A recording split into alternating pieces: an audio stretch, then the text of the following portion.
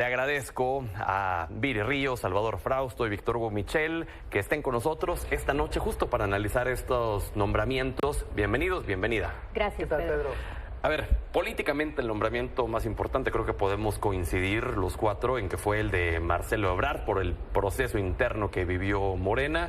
Viri, ¿qué opinión te da la forma en la que hoy se nombra a Marcelo Ebrard? Bueno, yo creo que nos da tres señales muy importantes, Pedro. La primera es una señal de unidad. Ya nos decía un poco Epigmenio el tema de cómo pues nos muestra no solamente una señal de unidad dentro del partido, sino una señal de unidad en sentido más amplio, de tratar de incluir a grupos que anteriormente se habían sentido ofendidos por el obradorismo. No solamente estoy pensando en el sector económico, específicamente con Ebrard, sino también en el sector académico, con la nombración, con el nombramiento de anteriormente con ACIT. Rosaura. Correcto, con Rosaura. Nos manda también un mensaje muy claro a los grupos ambientalistas que también se habían visto afectados durante el obradorismo. Alicia Bárcena pues tiene una gran trayectoria, de hecho ya comienza su carrera como ambientalista. Una segunda señal importante, Pedro, me parece que es la búsqueda de talento. Lo que vemos es un gabinete muy profesional, un gabinete que se aleja completamente del 90% lealtad, 10% capacidad que tanto dijo López Obrador. Un gabinete además de personas que no llegan solamente por ser leales a Claudia, sino que llegan incluso con mayor conocimiento del que ella tiene en muchas áreas. Siento que López Obrador por mucho tiempo se sintió obscurecido o ensombrecido y entonces por eso buscaba de pronto en su gabinete a gente que le fuera solamente leal y no necesariamente que le fuera a hacer sombra. Y finalmente, Pedro, me parece que es una señal de independencia, porque al final del día, pues no queda Saldívar, ¿no? Queda perfiles distintos, perfiles más cercanos a Claudia. Salvador. Me parece que el principal mensaje es continuidad con cambio, porque tres de los nuevos secretarios son claramente, principalmente obradoristas, que es el caso de Juan Ramón de la Fuente, que ha sido muy cercano, aunque lo jaló desde el principio para llevar las mesas de diálogo y conducir los trabajos de la transición. Que Juan Ramón de la Fuente vaya a la Secretaría de Relaciones Exteriores es un personaje muy cercano al obradorismo, igual que Marcelo Ebrard en economía, y también hace cumplir el tema de los acuerdos hechos en Morena para elegir al candidato y que iban a tener las corcholatas no ganadoras. En tercer lugar está Alicia Bárcena, que me parece una de las sorpresas, no se mencionaba con fuerza en los corrillos políticos previo al nombramiento del gabinete, que va a medio ambiente, además un lugar donde ella parecería además sentirse mucho más cómoda. Es decir, ya ha hecho todo en el servicio exterior Alicia Bárcena y va a un lugar en el que es experta, en el que es conocedora y va por ahí. Y los otros tres son muy leales a Claudia. Ernestina Godoy, en primer lugar, a la Consejería Jurídica, que también me parece una sorpresa. Se mencionaba a seguridad, a otros, como al exministro Saldívar.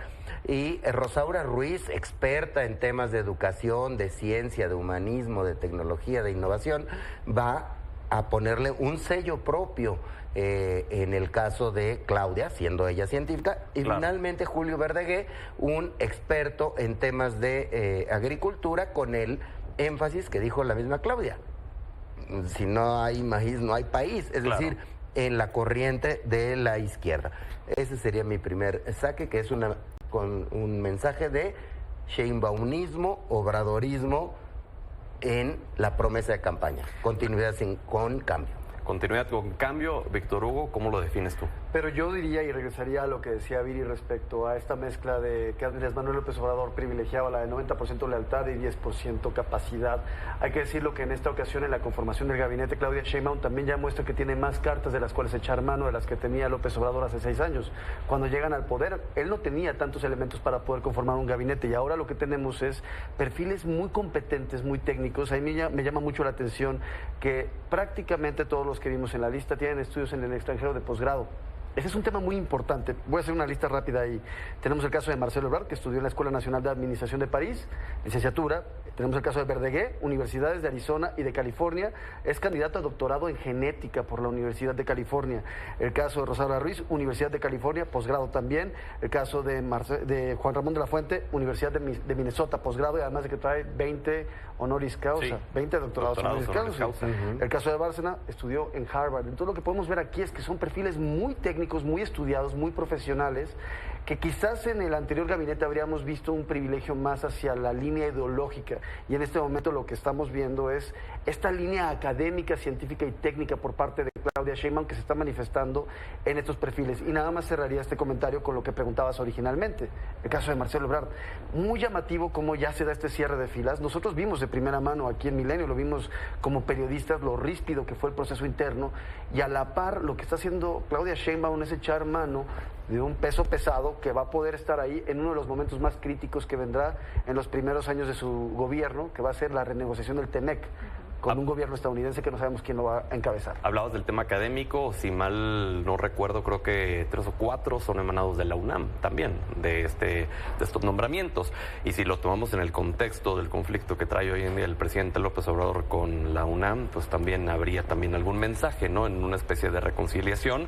En el caso de Ernestina Godoy, Viri, le tocará asumir una posición muy complicada en un momento especialmente difícil por el tema de la reforma al Poder Judicial. Sin duda, yo creo que Ernestina Godoy es parte de un enroque que se quiere hacer dentro del gabinete de Claudia, en donde no solamente va a estar Ernestina, muy probablemente también va a estar Omar Harfuch, que fueron dos de las piezas claves que lograron la reducción de criminalidad y de homicidios en la Ciudad de México.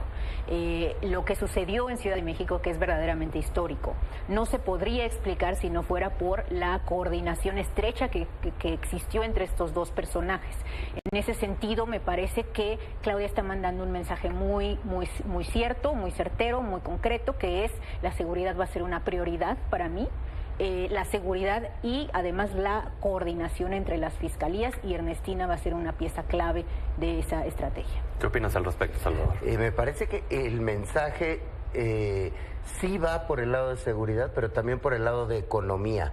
El tema de que sea en el MIDE, que se presente a Marcelo Ebrard por encima, al principio de todos los demás, se le dé un privilegio, no solo tiene un mensaje de continuidad, de reconciliación entre los grupos internos de Morena, sino también de que la economía va a ser central en los asuntos que vengan a futuro. Ese mensaje de reconciliación con el caso de Marcelo es muy dominante, es decir, lo presentan al principio. Es el único en hablar. Exacto, la Secretaría de Economía no es, digamos, la principal tradicionalmente, sino de las que se presentaron sería la Cancillería, en todo caso la de mayor peso. Y sin embargo le da su lugar a cada uno. A la ciencia su sello propio, a Marcelo la economía, reconciliación interna, y por otra parte las sorpresas. Una sorpresa del lado de ella, que es Ernestina Godoy, que va a estar muy cercana y que seguramente, como dice Viri, va a llegar Omar García Harfuch, que ya hizo dupla eficiente, hay que decirlo, con Ernestina Godoy en la Ciudad de México. ¿Cómo vislumbras el papel de Ernestina Godoy como consejera jurídica? Me parece que en un principio tendrá que ser ir a entender, a conocer, a ver hacia dónde va la reforma judicial, y en algún momento podría dar el salto al gabinete, ya sea hacia la fiscalía, que sea un momento en el que la colocan cerca de la posición de ser la sucesora de un fiscal, en el que se rumora, se habla de que por la edad podría dejar su cargo antes de lo que le toca. Entonces, me parece que ahí hay esa combinación de factores. ¿Tú cómo ves a Ernestina, Víctor Hugo? Sí, el cargo de la Consejería Jurídica de la Presidencia es muy importante, es de los más estratégicos. Recordemos nada más el papel, el peso que tuvo Julio Scherer al principio del sexenio de Andrés Manuel López Obrador. No estábamos hablando de cualquier persona, no estábamos hablando de cualquier cargo. Ahí obviamente Claudia Sheinbaum se lleva una de las personas en las que más confianza tiene, una persona que le va a estar cuidando las espaldas y que, como bien decía Salvador, como mencionaba Viri, pues va a tener enfrente varios flancos que atender, particularmente la reforma al Poder Judicial. Ese va a ser uno de los temas centrales que vamos a tener ahí. Yo diría que también es una de las sorpresas que nos llevamos el día de hoy, porque esperábamos, en todo caso, uno de los pronósticos que haríamos los periodistas y que siempre solemos equivocarnos en estos, era que Saldívar iba a estar ocupando esa cartera, ese espacio, y al no llegar ahí se abre la pregunta: ¿a dónde va Arturo Saldívar? Porque realmente el perfil que él tenía era un perfil jurídico. Bueno, tiene, obviamente es un ministro en retiro. ¿Hacia dónde iría una vez que ya se ocupó el principal cargo jurídico del gabinete presidencial? Ese es uno de los temas que vamos a estar pendientes para la próxima semana. Yo diría también que estaremos pendientes a lo que va a pasar con Gobernación, que va a ser la otra gran cartera que tenemos que ver ahí. Que ahí se habla mucho de Mario Delgado. De Mario Delgado, que sería el que conoce todo el entramado político del país. Yo diría también que sorprende mucho lo de Ebrard, regreso también a ese punto. La ficha que distribuyó el equipo de Claudia Sheinbaum también lo establece claramente. El que encabeza esta lista es Marcelo Ebrard. Él es el número 1 en esta ficha de los perfiles que el día de hoy fueron dados a conocer. Entonces, sí sorprendió lo que dio a conocer el día de hoy la presidenta electa. Regreso, que es un perfil también que está apaciguando, y coincido ahí con lo que decía Pigmenio y con lo que decían Viri y Salvador, a los mercados. Este es un mensaje para tratar de tranquilizar y para poder enviar una noción de moderación, me pareciera incluso. Claro, que el tipo de cambio incluso recibió con buenos ojos, ¿no?, el nombramiento de Marcelo Ebrard, y que sí va a tener una tarea muy relevante con la revisión del TEMEC, si tomamos en cuenta que es muy probable que Donald Trump llegue de nuevo a la Casa Blanca y que el jefe negociador sea de nuevo Robert Lighthizer. Claro. Yo creo que hay varios mensajes que los mercados tomaron bien. Uno es sin duda la interlocución que va a llevar a cabo Marcelo Ebrard con los grupos empresariales. Por otro lado, también hay un mensaje muy claro en materia climática. Si vemos cómo introduce Claudia a muchos de los perfiles, varios de los aspectos que ella enfatiza mediante su introducción es cómo ellos tienen experiencia específica en cuestiones energéticas y de cuestión climática. Eso lo enfatiza en el caso de Bárcena, lo enfatiza en el caso de en varios de los perfiles. Entonces, me parece que ese también es un mensaje muy bueno para los mercados que buscan que haya inversiones en energía limpia en este país, y todo indica que se está pavimentando una vía para que exista esa posibilidad para los mercados. Y finalmente me parece que también otro mensaje que se manda es un mensaje de experiencia. La edad promedio del gabinete es 69 años. Nunca habíamos tenido un gabinete, o bueno, de estas 6 personas, digamos, de estos 6 grupos, nunca habíamos tenido un gabinete con tal edad. Nunca, desde el periodo democratizador mexicano. Entonces se manda un mensaje muy claro de experiencia, de profesionalismo y de que estas personas saben de lo que están hablando. Sobre lo que decías del medio ambiente en específico, por ejemplo, Alicia Bárcena, hoy en día la canciller es quien termina encabezando las negociaciones de México a nivel internacional en las cumbres climáticas, y es quien pone los términos para firmar o no un acuerdo sobre cambio climático. De ahí que sea tan relevante su papel en medio ambiente, ¿no? Claro, 100%. 2 biólogas. De los 6 que presentan, 2 biólogas, 3 de ellos con experiencia directa, ya sea en materia de agricultura, cambio climático o agua. Salvador. Sí, los expertos, no lo referí en mis primeras intervenciones, pero como dicen Miri y Víctor, el perfil experto en las 6 carteras es de destacarse de manera muy importante. Y por otra parte, también, ¿qué nos dice de los que no llegaron? Por ejemplo, a la Consejería Jurídica no llega Arturo Saldívar. ¿A dónde va a ir Arturo Saldívar si es que integra el gabinete? ¿A dónde va a ir? ¿Por qué en educación no fue Rosaura Ruiz? ¿Quién va a ir a educación? Son interrogantes interesantes que con este nombramiento se abre la discusión y el abanico de decir, bueno, ¿quién puede ir ahí? Hay ahí otros perfiles interesantes. Gobernación va a ser Mario Delgado, va a ser sería un mensaje de mayor cercanía con Claudia Sheinbaum. Si es Rosa Isela Rodríguez, sería un mensaje de mayor cercanía con López Obrador. Si es Arturo Saldívar, ¿qué tipo de mensaje tenemos ahí?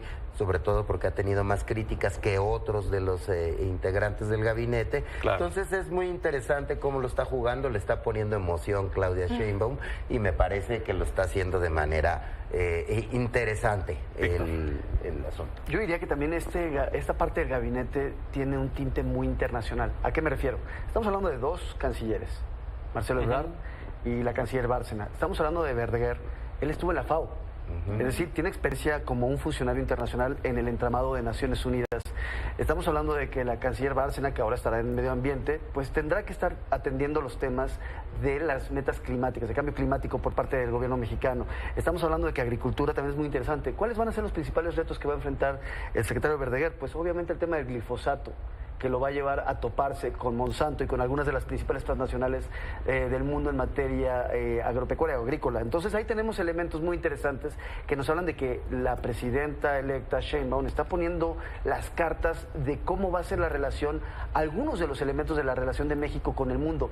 Y eso contrasta mucho con lo que hemos tenido en este sexenio, que ha sido un sexenio pues insular, en donde el presidente claramente ha enfatizado que la política exterior no ha sido ni será nunca una de sus prioridades. Y ahora vemos perfiles que tienen amplia experiencia en el extranjero y internacional. Entonces, yo me sentaría sobre eso.